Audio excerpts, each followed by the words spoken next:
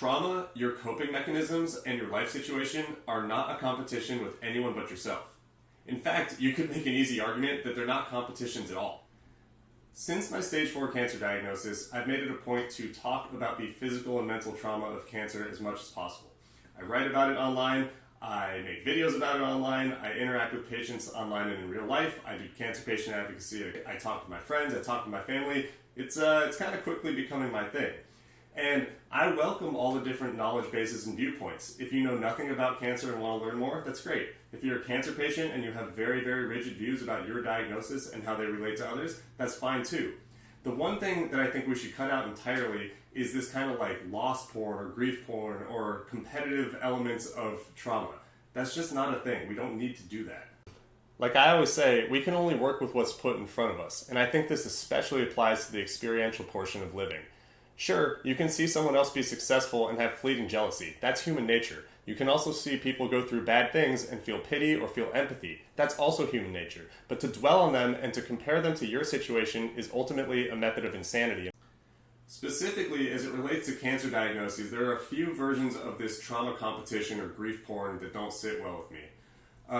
The first is from people who don't have cancer but know a little bit about it or have had family members who are exposed to it. And, they turn it into a comparative point between two diagnoses. And this one is probably more done out of ignorance and or a lack of understanding about how destructive and immersive cancer is and how uniquely individual it is.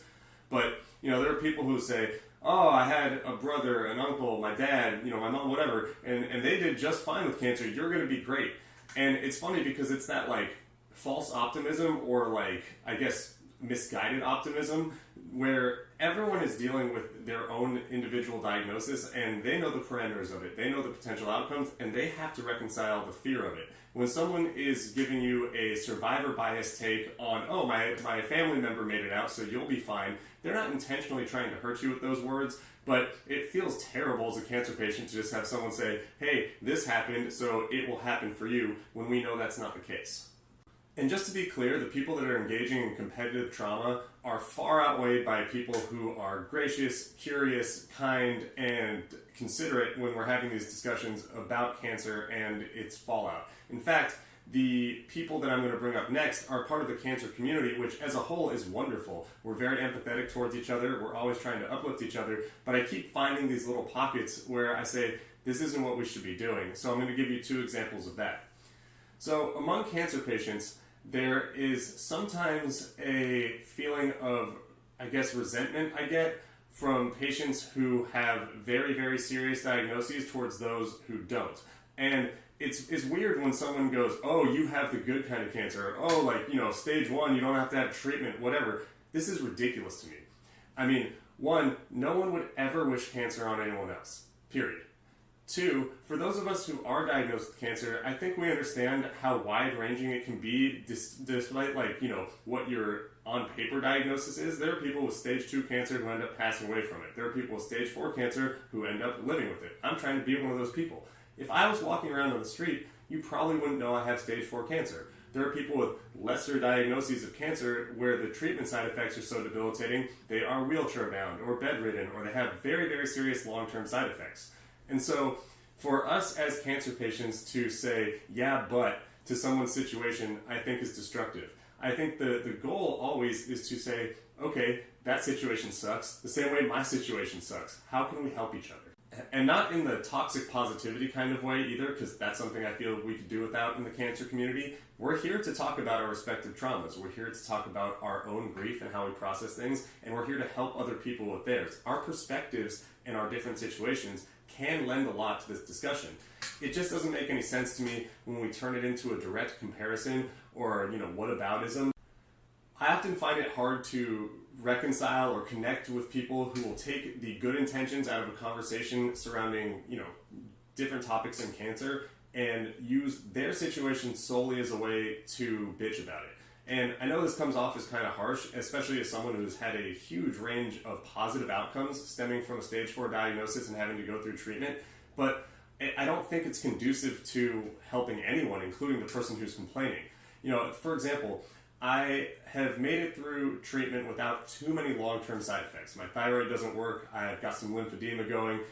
It's still, my energy levels are creeping back up after treatment, but for the most part, like I said, walking around on the street, I'm fine day to day. I'm beginning to resume exercising. I'm gaining a lot of the weight back that I lost, and I like to talk about it because I think it gives people an example of what those, upper percentile recovery limits are.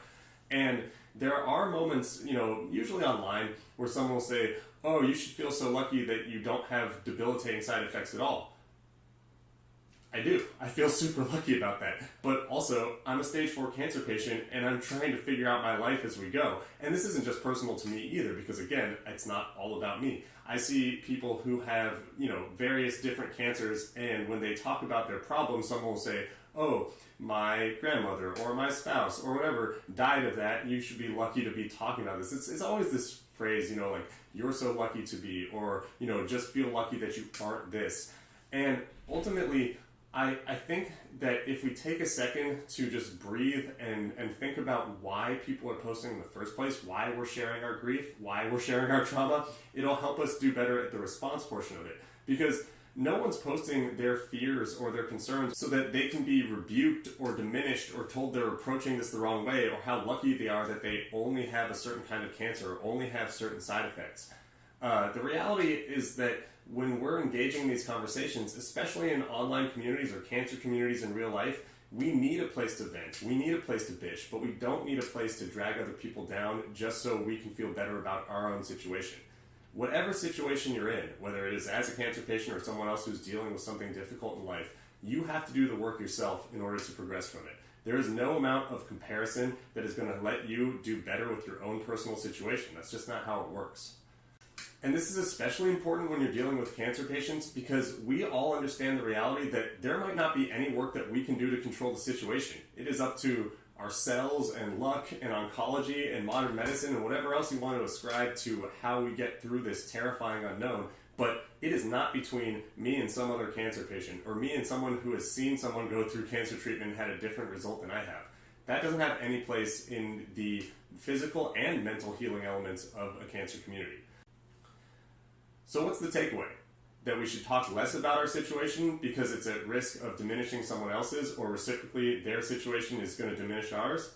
Not at all. I'm saying we should talk more about things. We just need to understand the scope and the goal when we're having these conversations. We should be kind, we should be sympathetic, we should be empathetic. We should vent. We should listen to people vent. We just need to make sure that everything we're doing is geared towards making cancer patients and people going through other trauma more comfortable, and let them express these things so they can take the time to internalize whatever they need to grow, if that's a possibility. Because I said it a second ago, we have no idea what's going to happen to us as cancer patients, and we don't need the stress from other people to compound it. That's all I've got for today. I know it's been a little long and ranty, but I thought this was necessary to get out. I really appreciate your time, and I really appreciate you supporting my channel with a like and or subscribe. That's all I've got for today, but I will see you guys next week with some new fresh content about living a life with cancer. Thank you.